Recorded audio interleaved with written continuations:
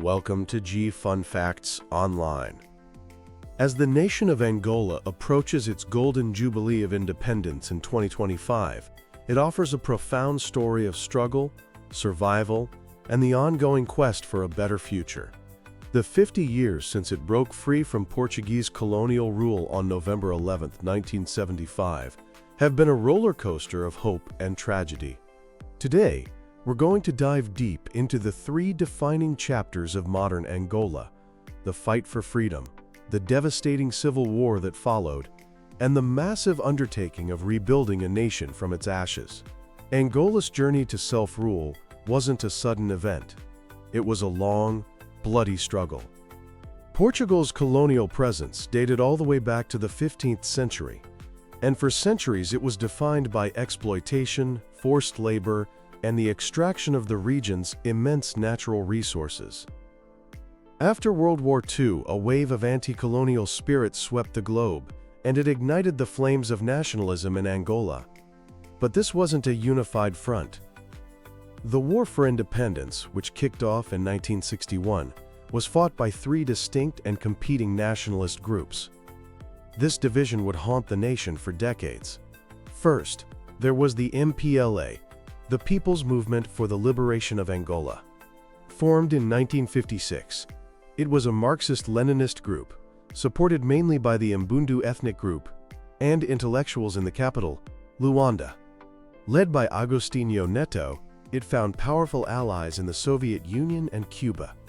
Second was the FNLA, the National Liberation Front of Angola. Established in 1962 and led by Holden Roberto, its support came from the Bakongo people in the north. The FNLA was backed by neighboring Zaire, which is now the Democratic Republic of Congo, and also received help from the United States and China at different times. The third major player was UNITA, the National Union for the Total Independence of Angola. It was formed in 1966 by the charismatic Jonas Savimbi, who had broken away from the FNLA. UNITA's power base was the Ovimbundu people in the Central Highlands. It initially got some help from China, but would later become a major proxy for the United States and apartheid-era South Africa. These three groups waged a guerrilla war against the Portuguese, who responded with a brutal counterinsurgency campaign. Despite sending tens of thousands of soldiers, Portugal couldn't stamp out the rebellion. The real turning point didn't happen on an Angolan battlefield, but thousands of miles away in Lisbon. On April 25, 1974, a leftist military coup in Portugal, known as the Carnation Revolution, overthrew the country's long-standing dictatorship. The new government in Portugal was tired of the expensive and unwinnable colonial wars and immediately moved to grant its African colonies independence. In January 1975, the three Angolan movements in Portugal signed the Alvor Agreement. It set up a transitional government and scheduled independence for November 11, 1975, but the peace was fragile. The deep ideological and ethnic rivalries, fueled by their powerful international patrons, were too strong. The power-sharing deal fell apart, and by the middle of 1975, Angola was already plunging into a civil war as the factions fought to control the country before the Portuguese even left. The MPLA, with a decisive military push, managed to force the FNLA out of the capital, Luanda, giving them a critical advantage. And so, on November 11, 1975, as the last Portuguese soldiers departed, the MPLA's leader, Agostinho Neto, declared the independence of the People's Republic of Angola in Luanda. But at almost the exact same time, UNITA and the FNLA were declaring their own rival governments in other cities.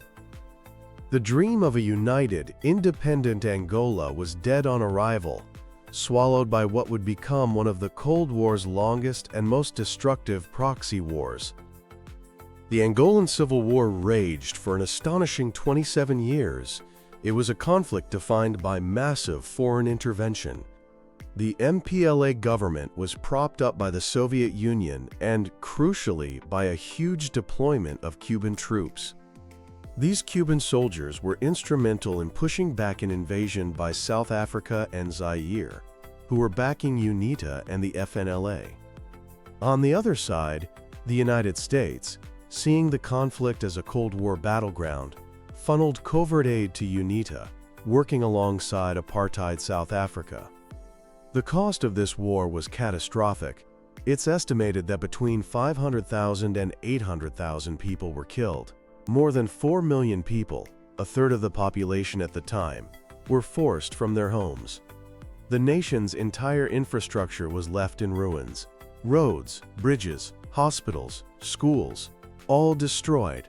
And for decades, Angola's incredible natural wealth did nothing for its people. Instead, it just funded the war. The MPLA government controlled the offshore oil fields and used the revenue to buy weapons.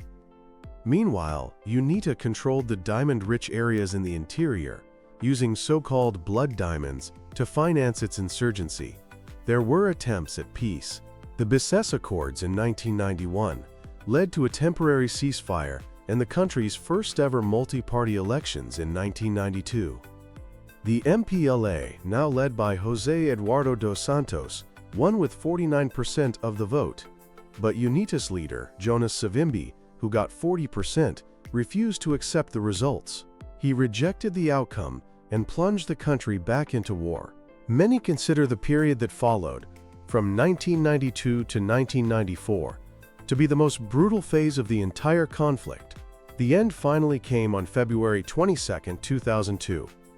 In a dramatic turn of events, Jonas Savimbi, the rebel leader who had defined the conflict for decades, was killed in combat by government troops. With its charismatic leader gone, a weakened UNITA had no choice but to negotiate. On April 4, 2002, they signed a ceasefire, officially ending their armed struggle and agreeing to become a regular political party. After 27 years of non-stop fighting, the guns finally fell silent in Angola. The end of the war in 2002 presented a new dawn, but the challenges were almost unimaginable. The country was littered with millions of unexploded landmines. The population was deeply traumatized, and the economy was completely shattered. The first priority was disarming former fighters and starting the gigantic task of rebuilding the country. And then, something incredible happened. Fueled by a global commodities boom, international oil prices skyrocketed. As Angola ramped up its oil production, the country entered a golden age of economic growth. Between 2001 and 2010, Angola had one of the fastest-growing economies on the planet, with an average annual GDP growth of a staggering 11.1%. This oil money financed a massive national reconstruction program. Roads, bridges, airports, and railways destroyed during the war were rebuilt, often with the help of foreign loans, particularly from China. New cities and modern buildings began to rise from the rubble. But this rapid growth came with serious problems. The wealth was not shared equally. It became concentrated in the hands of a small, powerful elite connected to the government, while the majority of Angolans remained in poverty. Corruption became rampant, with billions of dollars of public funds allegedly being mismanaged or stolen. Despite its immense oil wealth, Angola continued to struggle with some of the world's highest rates of infant mortality and low life expectancy. The economy's near-total dependence on oil also left it dangerously vulnerable. When global oil prices crash, so does Angola's economy. Politically, the MPLA has remained in power ever since independence, winning every election since the war ended. In 2017, after 38 years in power, President José Eduardo dos Santos stepped down. He was succeeded by João Lourenço, his chosen successor. In a surprising move, Lourenço launched a major anti-corruption campaign, even targeting members of the former president's own family, who had become symbols of high-level graft. This signaled a potential shift in the country's politics. That shift became even more apparent in the 2022 general election. It was the tightest and most contested election in Angola's history. The MPLA won, but with a much reduced majority, while the main opposition party, UNITA, made significant gains, showing a growing desire for political change. As Angola stands on the cusp of its 50th anniversary of independence, it's at a critical crossroads. The scars of war are still healing, and the challenges of poverty, inequality, and diversifying the economy away from oil are immense. It's been a journey of unimaginable suffering, but also of incredible resilience. The peace has now held for over 2 decades, allowing a new generation of Angolans to grow up without the direct trauma of war. This generation holds the hope for a future where Angola's vast potential can finally be used to benefit all of its people, fulfilling the promise of independence that was so violently deferred 50 years ago.